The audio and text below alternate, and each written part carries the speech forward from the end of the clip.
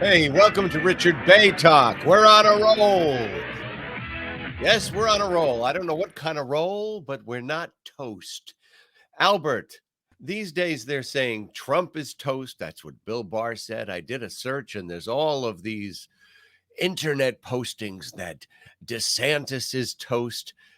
Do you know where the word toast came from in this context, meaning that you're finished, you're out of the game, it's over, you're dead meat? Do you know where that came from? I don't, but I would say probably a blockbuster movie or a video game. Hey, you're pretty damn close. Yeah.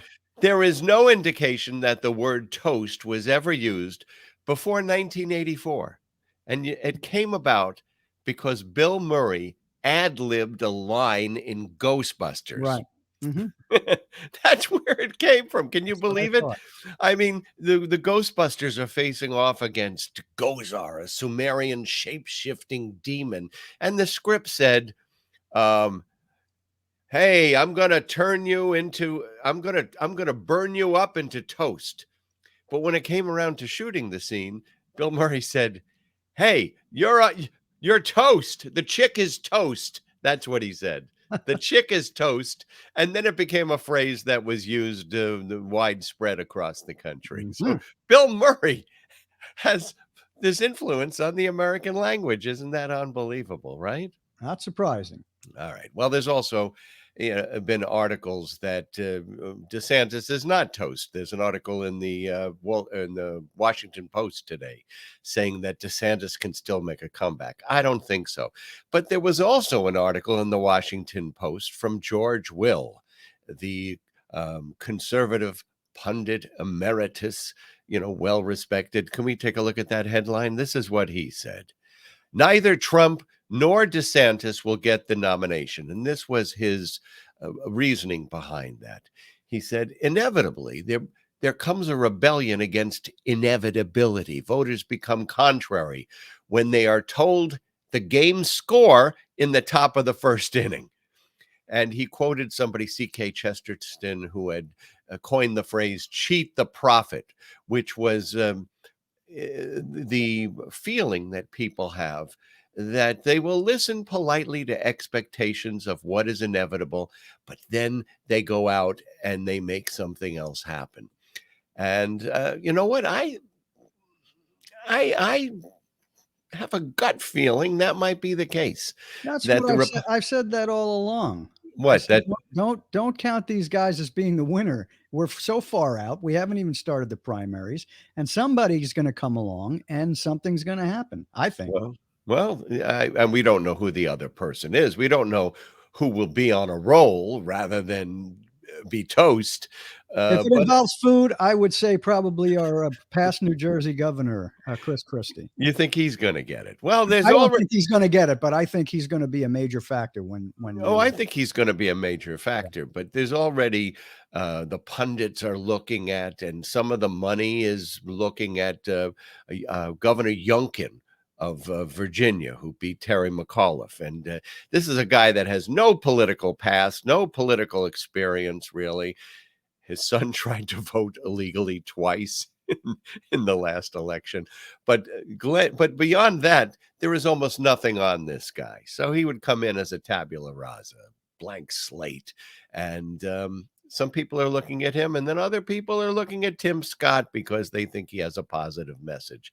Now, in my opinion, either of those candidates would be bad news for Joe Biden. I think Biden would beat Trump, and I have no doubt about that. DeSantis, I think he would beat DeSantis. DeSantis is not this invulnerable ubermensch that he's been portrayed as. He's a guy with a whiny voice. He has a good-looking wife who is telegenic, but he's terrible when he speaks. And he's mean.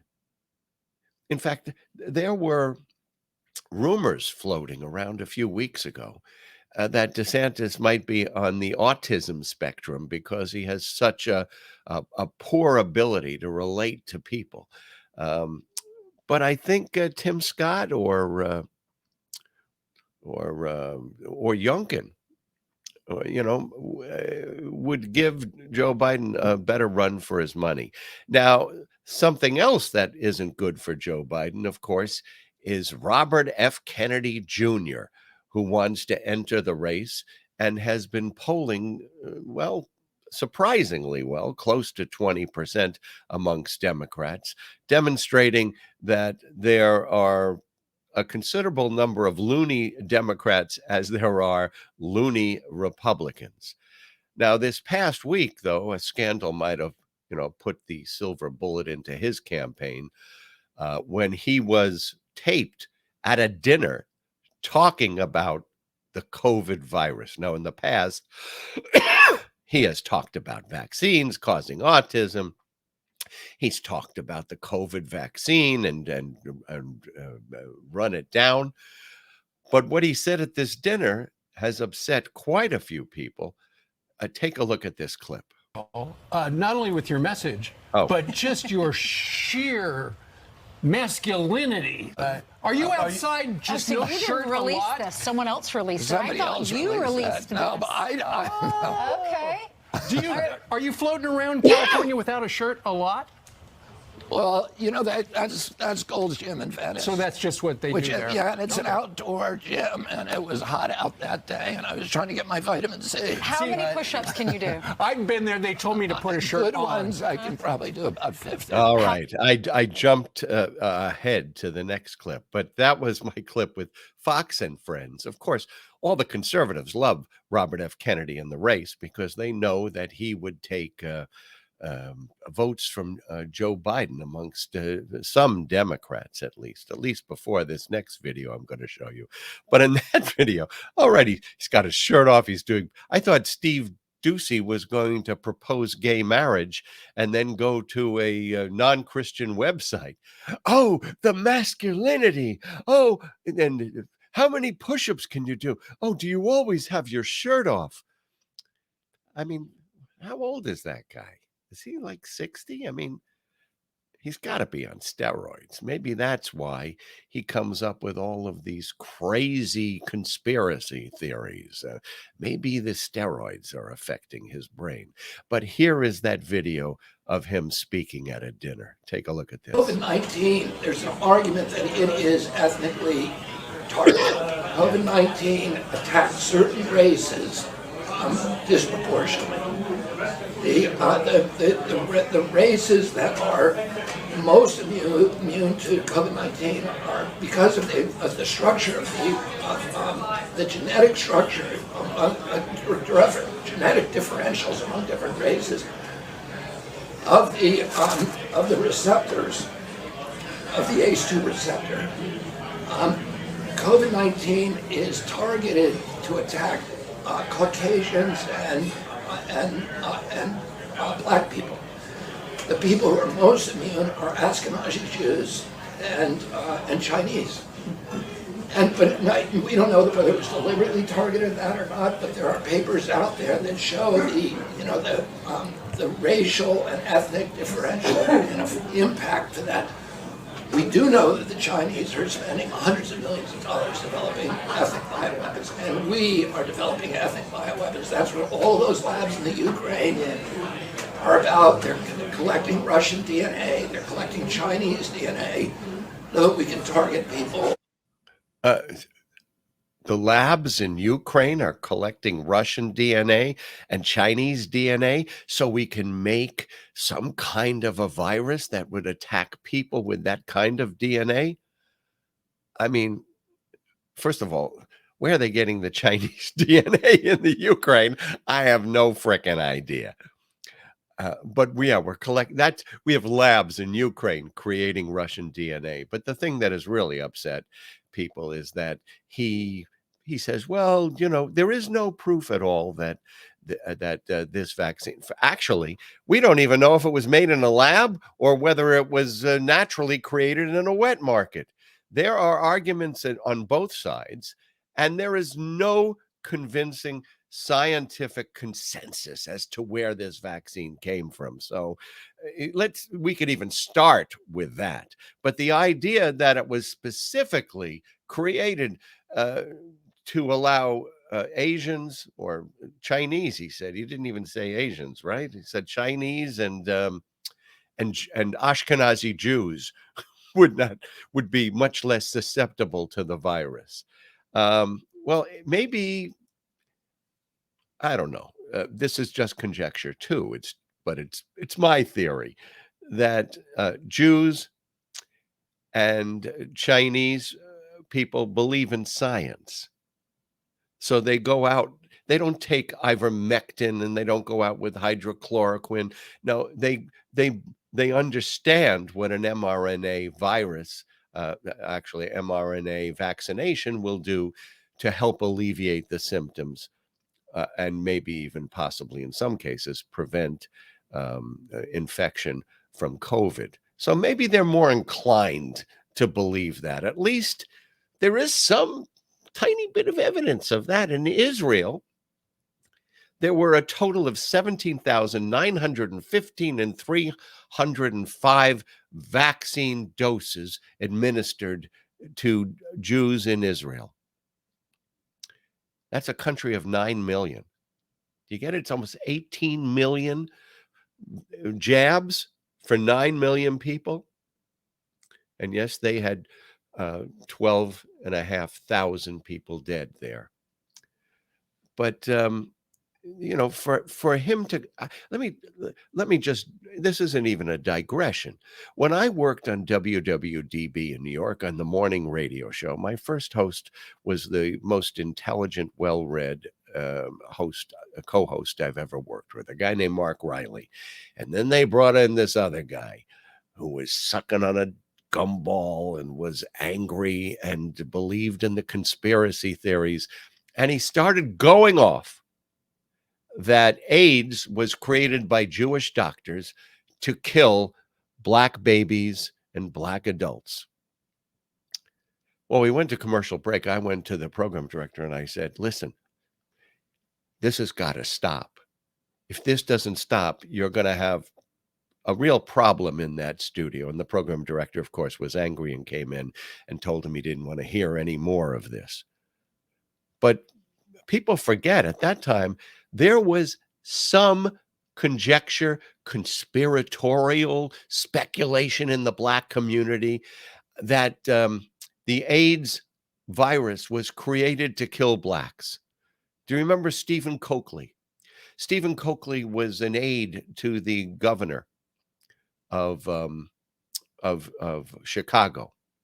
And he said, why are blacks disproportionately impacted by AIDS? Why are more black children infected? Why are more black women infected?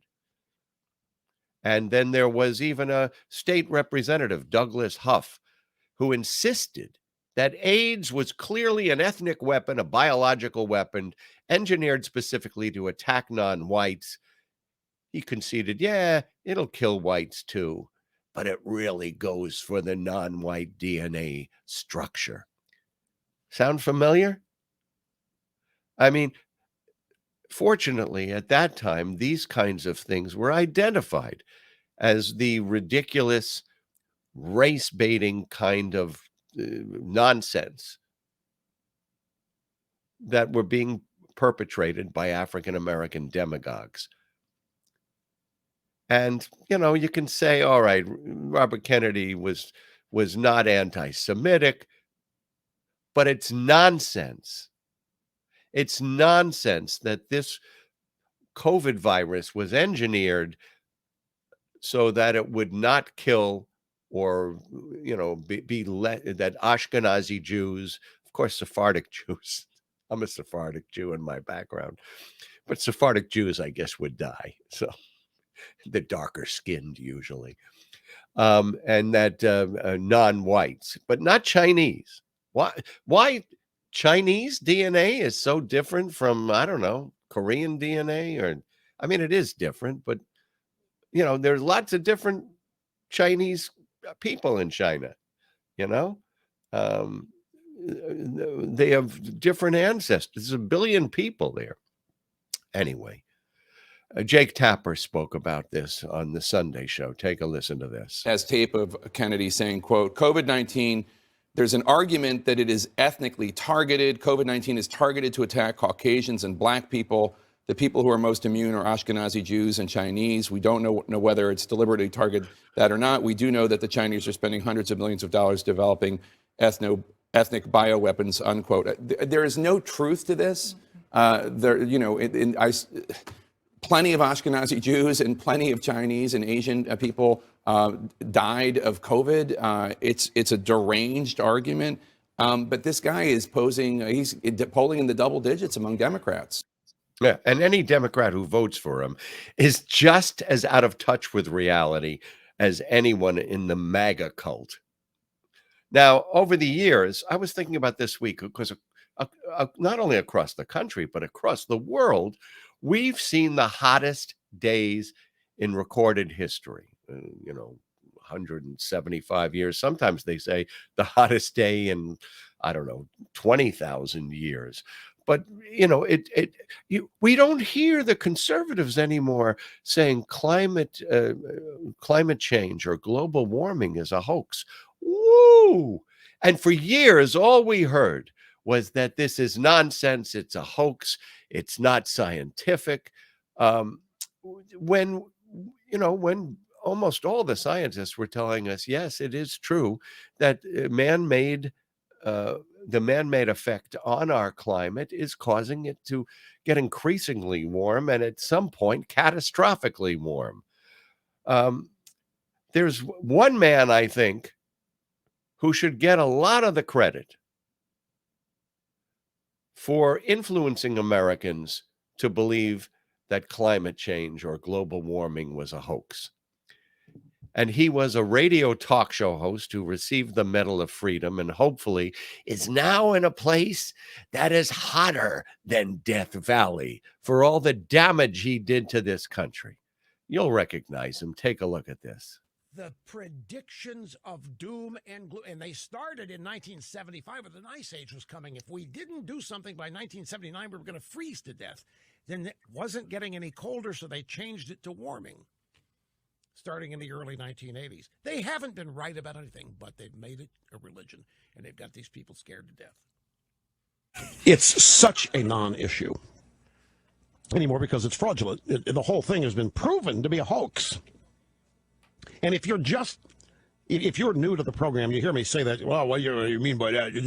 The University of East Anglia, it's in the United Kingdom. There was a whistleblower in there who anonymously released a bunch of inter-office emails within the last year and a half, 2 years, that quite clearly indicated that the people involved were knowingly faking and fudging data to fit their conclusion that man and man's activity was warming the atmosphere and the climate. Yeah, and it was a hoax, too, that big fat cigar shoved back into your throat had no relationship to your acquisition of cancer later in life. Right. I mean, the damage this guy did, what a disgrace that he was given the Medal of Freedom. And what a disgrace because he's probably the most talented radio talk show host we've had, well, in modern times, at least.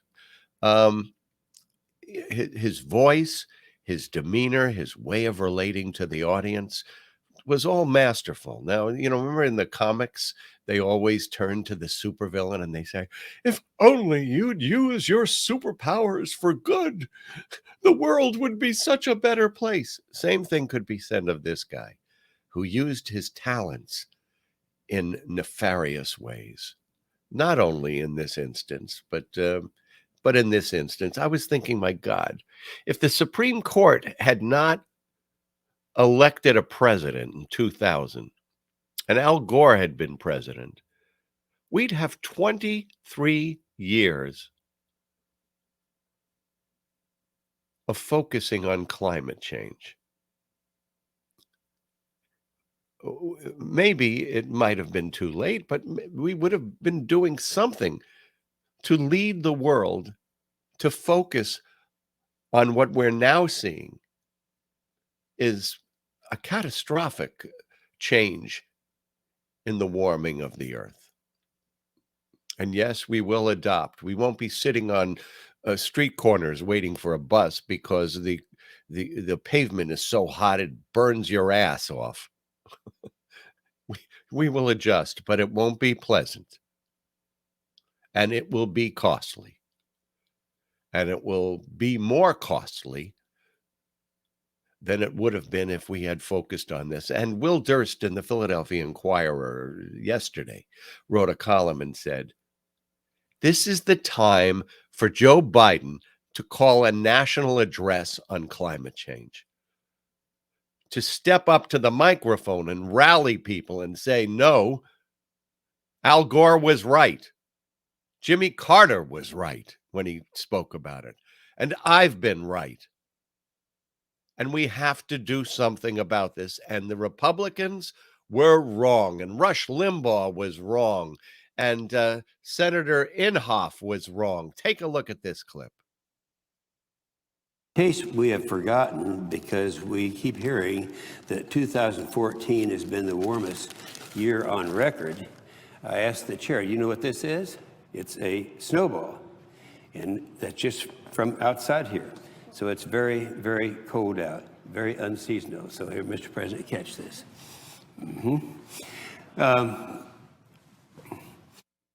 Yes, the big mistake he made, Rush Limbaugh made, so many other of these idiots on talk radio and Fox News made, is that there's a difference between weather changing and climate changing. It doesn't mean, even if we have this global warming, it doesn't mean it will never snow somewhere again, because it will. But this is the time to step forward. And for Joe Biden, I mean, listen, there are so many criticisms of Joe Biden, but if I was running a used car lot, Joe Biden would be the first guy I would fire.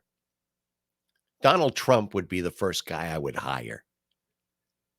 Donald Trump could sell you a pile of diuretic shit that he just put in a pot.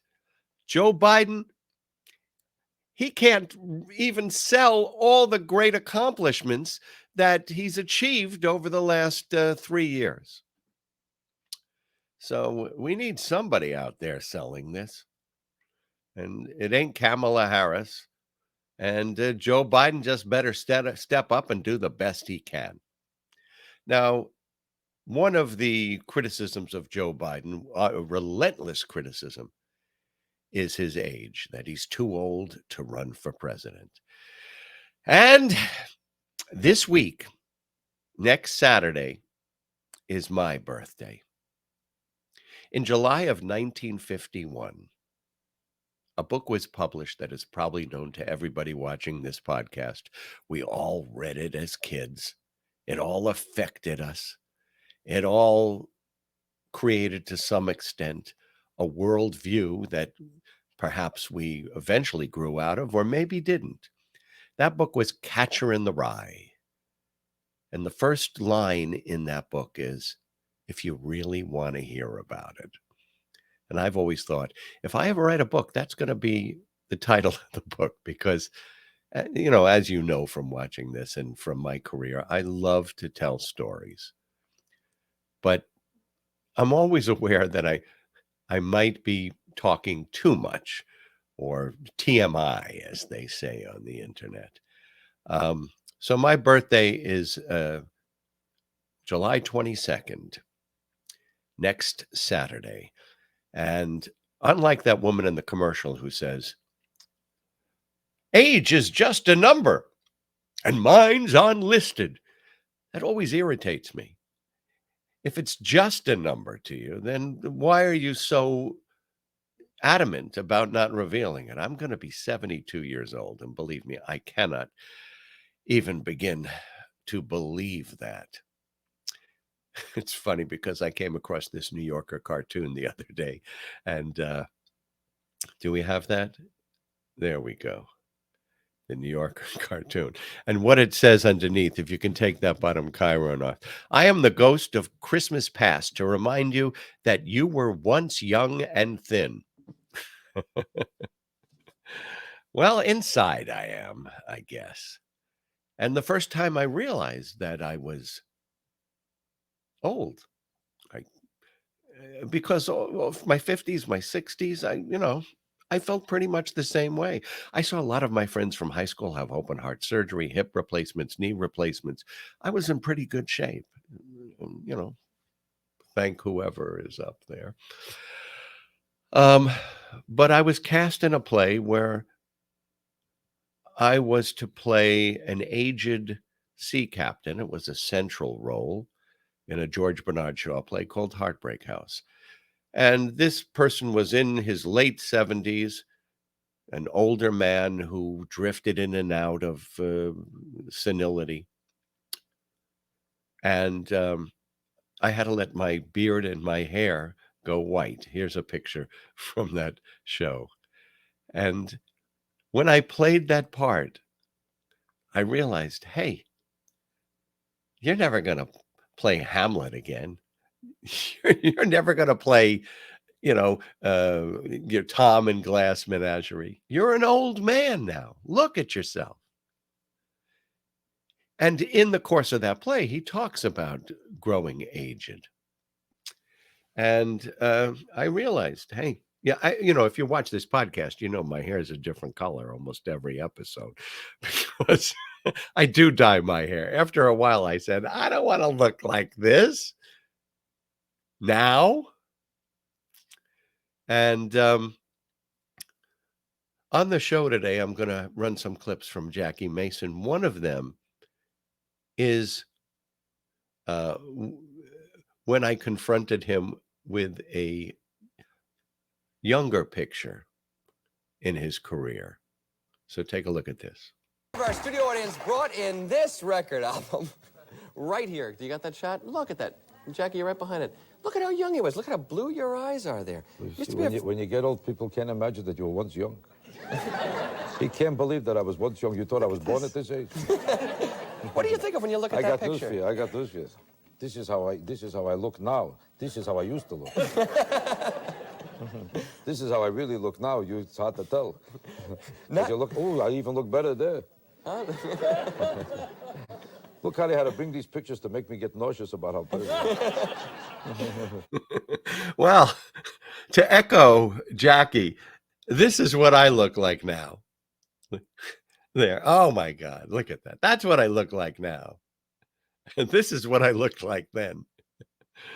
I wish. All right. Now, the other thing, as you get older, you look back on your life and you say, what would I have done differently? And some of the things I think about is, could I have married this girlfriend? Could I have married that girlfriend? Could I have done this in my career or that in my career? Now, my brother would always taunt me and say, you could have been the next Matt Lauer, but instead you became the next Soupy Sales. And I would say, I'd rather be Soupy Sales. But there was a point in time where actually in our careers, there were many times we were up for the same role hosting a show, and he got one in Philadelphia that I was up for. And then I came to New York and they fired me. They replaced me with Matt Lauer. They fired him 8 months later. They rehired me. A guy came up to me on the street and said, Richard Bey, oh my God, I'm such a fan. I watched you from the very beginning on People Are Talking, but you really showed them. They fired you and hired Matt Lauer. And then they fired Matt Lauer and they hired you. You really showed them. You proved that you were better. I said, you won. And I said, I won. I said, Matt Lauer is making $25 million a year. And I said, he's got an international exposure on NBC. And I'm on Channel 9. And I won. And a while back, I was talking to one of my best friends from college, and I said to her,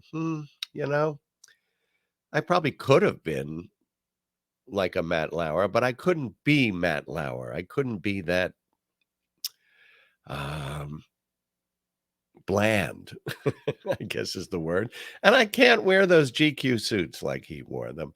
And I said, and she goes, Richard, are you really thinking that you would prefer to be Matt Lauer, one of the most despised television figures in the country? I said, yeah, but I'd be living on a big ranch in New Zealand with the $100 million. No, Richard. And I said, yeah, you're absolutely right. So when you compare yourself to somebody else in the business, and it is a competitive business, you really have to just look at yourself and what you're capable of and what you can do. And I spoke with Jackie Mason about this because there was a competition between him and Rodney Dangerfield. And he spoke about that when he appeared on my show. Take a look at this. Of nature between comics. Right. And, you know, if you go to Catch a Rising Star, you go to these places, you see these guys in the bar, and one guy will tell a joke, the next guy will and they go, you're killing me, you're killing me. A lot of the words you use are almost like attack in comedy. Well, it's a generality that pertains to all forms of entertainment. Okay, but You watch anybody who does a Broadway show, and at the end of the show, how did you do? We killed them, we killed them. Now, why do they say the And word before they go kill? out, they say break a leg. It's, Right. It's violent. So between breaking a leg and killing people, it's a pretty rough business. It's a pretty rough business, too, in terms of competition. Now, one of the things we saw during the last year is, all right, Rodney Dangerfield does a movie, Caddyshack, and you go to do a Broadway show. Then you go do a movie, Caddyshack 2, and Rodney Dangerfield does a Broadway show. In your book, you talk about the competitive nature, I guess, between a competitive situation between you and Rodney Dangerfield. At one time, he was a big fan of yours. Is that true? I'll tell you very truthfully, it means absolutely nothing to me, and this kind of competition is part of a meaningless nature of this business. Everybody in every business is jealous of somebody else doing better than him, because when somebody else does better, it reminds you of your own inadequacies. It's not that you hate that person, but as soon as that person does great, you say, how do you like that? How come I'm not up there? So you hate that guy for being there because he reminds you that you stink. Resent somebody else becoming successful, and it becomes jealousy. It's interpreted as jealousy, but it really means he's suddenly reminding you of your own inadequacies. When did your relationship with Rodney Dangerfield when I see a change? guy like Rodney Dangerfield, for instance, when I played in his club, this is a big introduction. You played in Dangerfield. In a way to answer your question. I make a bigger speech to answer the question. I don't know if you know. But this will put more in perspective when I talk about Dangerfield. Dangerfield never disturbed me. I always saw when I played his club, and I used to play his club a lot when he was already a huge star 4, 5, 6, 7 years ago. He was already a huge star, and I was playing in his club, because his club is a place for people who haven't quite made it yet. It's a small club, and it only seats 200 people. You can't be a major star is not going to play a club with 200 people in it, because it can never pay his way. Major stars play in arenas with 3,000 or 10,000, 30,000. You don't see them in 200-seater clubs. But I was playing there because my stardom was on this kind of a cockamamie level. People knew who I was, but they were able to live without me. They knew this was Jackie Mason, but I think he passed away. Maybe he's still living. But who cares? It's not important. He once had a good day. Right now it's nowhere. And that was their attitude. So they would come in and watch me perform and not get too excited. But when I did the show, I was always a big hit. Because I was always a big hit in the show, I said to myself, it can't be possible that I'm not a major star. How could people get so excited when I perform, give me standing ovations every show, and jump from the furniture like this, and I'm not a star? And then I would watch somebody else who wouldn't get half the ovation or half the excitement and be a sensation, and be making $40 million an hour while I'm making $12. I figured there's something wrong here. So every time I came into Dangerfield's place, he would talk to me, and I would see that he was reveling in his stardom. God bless him. I don't resent it. It's nice to see somebody else make it. If you're a decent person and you have any compassion for the next human being's ordeal, you thank God somebody else could make it, even though it might hurt you that you haven't. The trick is to overcome those type of jealousies, because you know that's the worst side of your nature. But is it just... But you can't overcome it. That's why you're looking at me. Well, so what do you think I did? So I would talk to him about it, and he would tell me about all the great glory that he's achieving. Then when he started to notice that I was doing something like the same thing and suddenly becoming a hit, I would watch him get nauseous. Well, what happened to him? He looks like he's always nauseous. I don't know how you can tell when he's nauseous and he's not. He looked like he was getting nauseous, so I would change the subject. I said, why should I persecute this poor man by letting him think that I might become a star too? So I would change the subject, and I would talk about something else. And that was the only thing that happened between me and Dangerfield. Is there any resentment, though, that you did Caddyshack too, and then he went to Broadway? He did what you had done. You went and did something that he had done. He might have been competitive with me, but I was never in any way competitive with him. Obviously, when I was on Broadway, he wanted to prove that he could do the same thing and become a major Broadway star too, because he was already a sensation in movies. And he is a sensation right now in movies, and he's probably the second highest paid comedy actor in the world today. So certainly he has no problem about being competitive with anybody. If you can't be that big and be in trouble. So if Rodney was watching today, what would you say to Rodney? God bless you. I hope you make a comfortable living, and just don't get so nauseous if I make a living.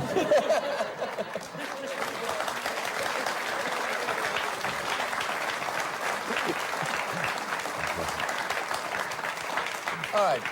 Somebody else that at least peripherally caused you some degree of trouble was Frank Sinatra. Right. Now, you had made some comments in your act about Frank Sinatra, and some people were very upset by that. What you were threatened, you were shot at, your car was rammed into. Right. You could have lost your life after you had made some remarks about Sinatra and Mia Farrow. This was back in the days when he was married to Mia Farrow, and she was a very young lady, and he was an older gentleman. It said that at one point, I think you were in Vegas, and you were lying on a mattress. You got up and walked away, and then bullets came through the window and went right into the mattress just where you were. And in the book it says, though, that you made the comment afterwards, somebody shot at me, and I don't know who it was, but right after I heard the gunshots, I heard doobie doobie doo. Did you?